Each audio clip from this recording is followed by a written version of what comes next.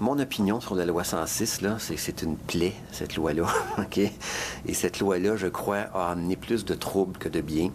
Avant le juin 2001, les habitudes dans les municipalités étaient du gré à gré. La Ville de Montréal, non. La Ville de Montréal avait son processus interne d'appel d'offres, mais c'était la sélection basée sur la compétence, et après ça, on appliquait le décret. D'autres villes étaient du gré à gré, pur et simple, on choisit qui on veut. Évidemment, ça amène le problème de la proximité avec les politiciens et le financement de partis politiques, etc. Donc, je pense qu'il n'y a pas de système parfait. Alors, quand est arrivée la loi 106, oui, il y a eu beaucoup de compétition sur la base du prix, mais une ville comme Montréal a dit, ou du moins les intervenants à Montréal, on dit, on va continuer à choisir on veut choisir les firmes qu'on veut bien, là, on va partager la tarte, là. Et puis ça a amené de la collusion.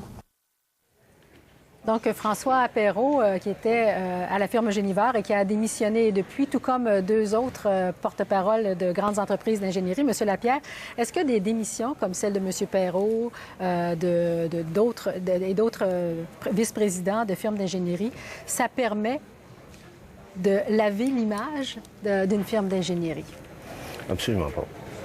Et bon, c'est évident que on peut comprendre que l'entreprise en question remet les pendules à l'heure, envoie un message à tout le monde, oui, aux actionnaires, à monsieur, madame, tout le monde. Mais c'est pas suffisant parce que le problème est plus profond que ça. C'est un problème de culture, d'organisation. Dans la mesure où cette performance-là des entreprises est axée sur une réussite économique ou personnelle des individus, il y a beaucoup de choses qui sont évacuées à ce moment-là. Oui. Dont, entre autres, la finalité, en vue de quoi on est en train de faire ça, de développer ces organisations-là. Ça, c'est complètement évacué. Donc, on ne se demande plus pourquoi. On se demande juste comment atteindre nos objectifs. Et là, les dérives et les dérapages vont... Oui. Et c'est ça, c'est au niveau de la culture des organisations, l'éthique peut prendre une place à ce niveau-là, de changer, travailler à modifier cette culture-là. Oui. De ne pas avoir une éthique, comme je l'expliquais d'entrée de jeu, qui est un peu morte, qui est tablettée, un code, qui est d'avoir vraiment un processus éthique. Et M. Perrault a parlé de proximité avec le milieu politique qui peut entraîner peut-être certaines dérives. Il a dit, bien, avant la loi 106, c'était de gré à gré, mais il a dû admettre par la suite que même le gré à gré faisait en sorte qu'on devait avoir une certaine proximité avec le politique pour attirer l'attention d'une municipalité qui souhaiterait donner des contrats. Alors, est-ce que cette proximité-là peut avoir quelque chose de malsain? Le politique, l'entreprise? Il n'y a pas d'adéquation, de lien causal à être près d'une source qu'on pourrait appeler politique ou d'une source qui serait problématique. Monsieur présente ça comme une problématique. Moi, je ne vois pas ça comme un problème, dans la mesure où vous êtes au clair avec vous-même, et au clair avec les règles du jeu, et que c'est pas une question de proximité avec un milieu, c'est une question d'exercice, encore une fois, de votre jugement. Si vous cessez de réfléchir, il est étonnant de voir que les gens qui sont les bien-pensants, ceux qui ont le pouvoir dans notre société, trouvent difficile ou problématique d'être en rapport entre eux, alors qu'ils s'entretiennent entre eux. Vous voyez? Oui. Et donc, quel niveau de responsabilité qu'ils vont assumer? Comment ils vont se comporter? À partir de quoi ils exercent leur jugement? Ils réfléchissent. Donc, telle source ou telle autre source n'est pas plus problématique que ça, en fait. Oui. C'est de savoir dans quoi vous embarquez et quelles sont les finalités de votre intervention. Si c'est seulement de survivre, parce que derrière tout ça, il y a l'idée de survivre comme entreprise, il y a l'idée de performer, n'est-ce pas? Oui, performer peut-être plus que survivre? Oui, tout à fait, parce qu'en fait, si vous regardez l'état des lieux, l'état financier de ces organisations-là, c'est des super organisations, ils ne sont pas en survie présentement. Mais ils ont l'impression que s'ils ne performent pas, et on s'entend ici s'adapter à n'importe quoi, au fond, bien, éventuellement, on est à risque. Oui. Est-ce que cupidité, pouvoir sont peut-être les deux traits qui font en sorte qu'on réussit ou qu'on finit par accepter de contourner ces valeurs et de contourner l'éthique?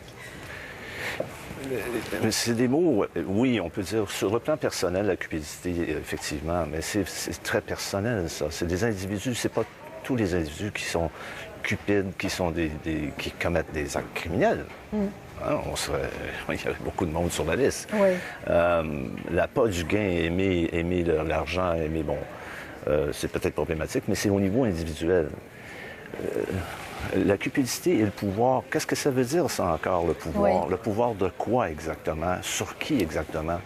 Et, ça aussi, c'est pas tellement clair là, ce qu'ils veulent dire ce qu'on pourrait dire par là. Et je vous invite à écouter peut-être un échange entre Maître Crépeau et François Perrault de Genivard, où on se pose la question, est-ce que, au-delà de parler des ingénieurs comme tels qui font partie d'un ordre d'éthique, est-ce que les firmes devraient se doter également d'un ordre des firmes d'ingénierie? On va écouter cet échange. Toutes les autres provinces, sauf le Québec et je pense c'est la Colombie-Britannique, il semblerait que les grandes firmes ont l'obligation de s'enregistrer auprès de la corporation professionnelle et que la corporation professionnelle a le droit d'enquêter sur la firme, non pas seulement sur ses membres. C'est possible. C'est vrai qu'ailleurs, oui, la firme est membre de la corporation professionnelle. Maintenant, quels sont les pouvoirs d'enquête, tout ça, je n'en sais rien, là. Alors qu'ici au Québec, l'Ordre des ingénieurs du Québec, c'est les individus. Les individus. Ouais. De sorte, vous avez des bureaux en Ontario, la firme Genivard est soumise ultimement à l'ordre en Ontario parce que la firme a dû s'enregistrer pour travailler. Je ne pourrais pas vous dire spécifiquement pour l'Ontario, mais je le sais que dans d'autres provinces, c'est comme ça. Oui. Voilà, et puis ça me permet de conclure peut-être avec vous, M. Lapierre, dans la mesure où vous avez dit d'entrée de jeu aujourd'hui, les codes d'éthique, ce n'est pas véritablement des codes d'éthique, ça permet de trouver les moyens de le contourner, de voir M. Perrault peut-être adhérer à une telle chose. Encore faudrait-il que le code d'éthique en soit véritablement un. Oui, effectivement.